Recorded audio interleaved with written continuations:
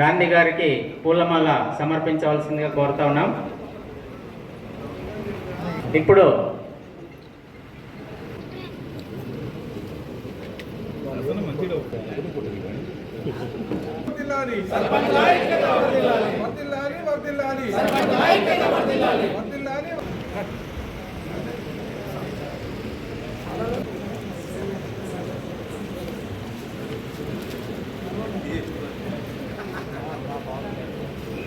తర్వాత రాష్ట్ర అధ్యక్షుడిగా ఎన్నిక కావడం జరిగింది ఈ జిల్లాలో.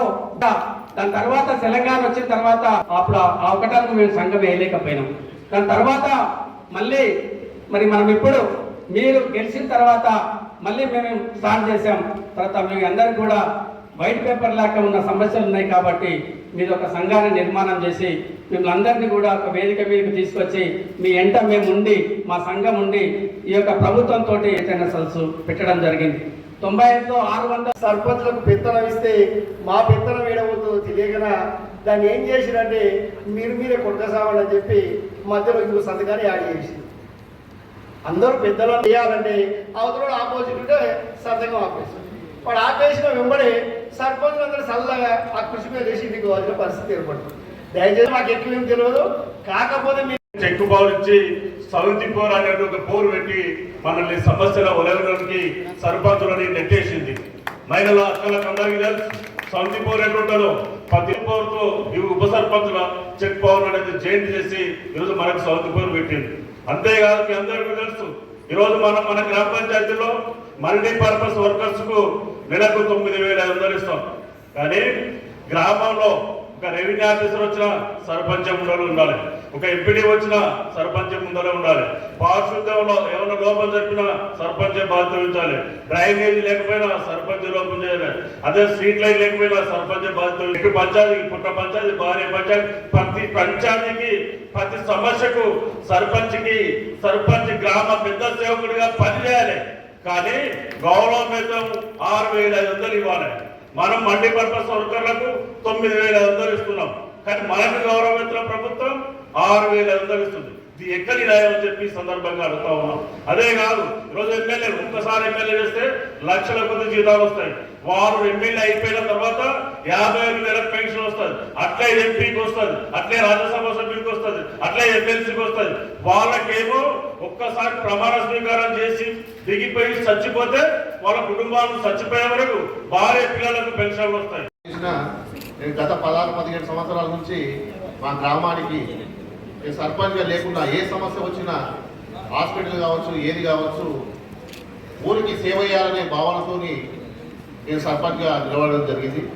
అయితే గెలిచిన కొద్ది కాలంలోనే ఆ సంతోషం అనేది బాధగా మారిపోయింది. మనకు సర్పంచులకు గౌరవం అనేది లేకుండా పోయింది. ఒకప్పుడు సర్పంచ్ అంటే ఊరి పెద్ద, ఆయనకు ఎంతో గౌరవం ఉండేది. ఇప్పుడు గ్రామ పంచాయతీలో కూర్చి మన ముఖంలో చిరునవ్వు, కడుపులో బాధ. ఇదే తప్ప ఏమన్నా సొంతంగా డబ్బులు పెట్టి డెవలప్మెంట్ చేస్తే బిల్లులు రాని పరిస్థితి. మనం గ్రామంలో ఎవరికైనా ఆపద వస్తే మనం ముందుండి వాళ్ళ సమస్య పరిష్కారం చేసేవాళ్ళము. మరి మనకే ఆపద వస్తే ఎవరి దగ్గరికి పోవాలి, ఎవరికి చెప్పుకోవాలి? ఈ మన సమస్యలు చెప్పుకోవాలంటే ఇలా ప్రభుత్వానికి విద్యార్థులు అంటే భయం. పాలమూరు జిల్లా అయినటువంటి మహబూబ్ నగర్ జిల్లాలో సర్పంచుల యొక్క చైతన్య సదస్సు నిర్వహించడం జరుగుతుంది. నలుమూలల నుంచి చాలా మంది సర్పంచులు వచ్చిండ్రు, వాళ్ళ యొక్క సమస్యలు చెప్పిండ్రు. వారి సమస్య ఏంటంటే ప్రధానమైనటువంటి సమస్య ఉప సర్పంచ్తో ఉన్నటువంటి చెక్ పవర్ రద్దు చేయాలని చెప్పి. ఆత్మగౌరవంతో ఉన్నటువంటి ఈ చెక్ పవర్ గతంలో మేము పోరాడి తీసుకొచ్చుకున్నటువంటి రాష్ట్ర సర్పంచుల సంఘం ప్రతిపదంగా 1995లో ఏర్పడ్డప్పుడు సర్పంచులకు ఏ విధమైనటువంటి చెక్ పవర్ లేదు.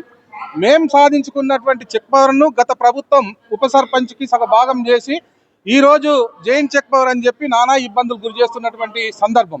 ఇక్కడ ఉన్నటువంటి సర్పంచులందరి ఒకటే డిమాండ్ ఏంటంటే ఉప సర్పంచ్ చెక్ పవర్ రద్దు చేయాలి, సర్పంచ్ ఒక్కరికే చెక్ పవర్ ఉండాలనే విధంగా నిర్ణయం తీసుకోవాలని చెప్పి చెప్పడం జరిగింది. అదేవిధంగా రాష్ట్ర ప్రభుత్వానికి గౌరవ ముఖ్యమంత్రి రేవంత్ రెడ్డి గారికి, అదేవిధంగా పంచాయతీరాజ్ మినిస్టర్ గారు సీతక్క గారికి కోరుతా ఉన్నాం. ఈ ఉమ్మడి చెక్ ఎవరైతే ఉందో దాన్ని రద్దు చేయమని ప్రభుత్వాన్ని కోరుతాం.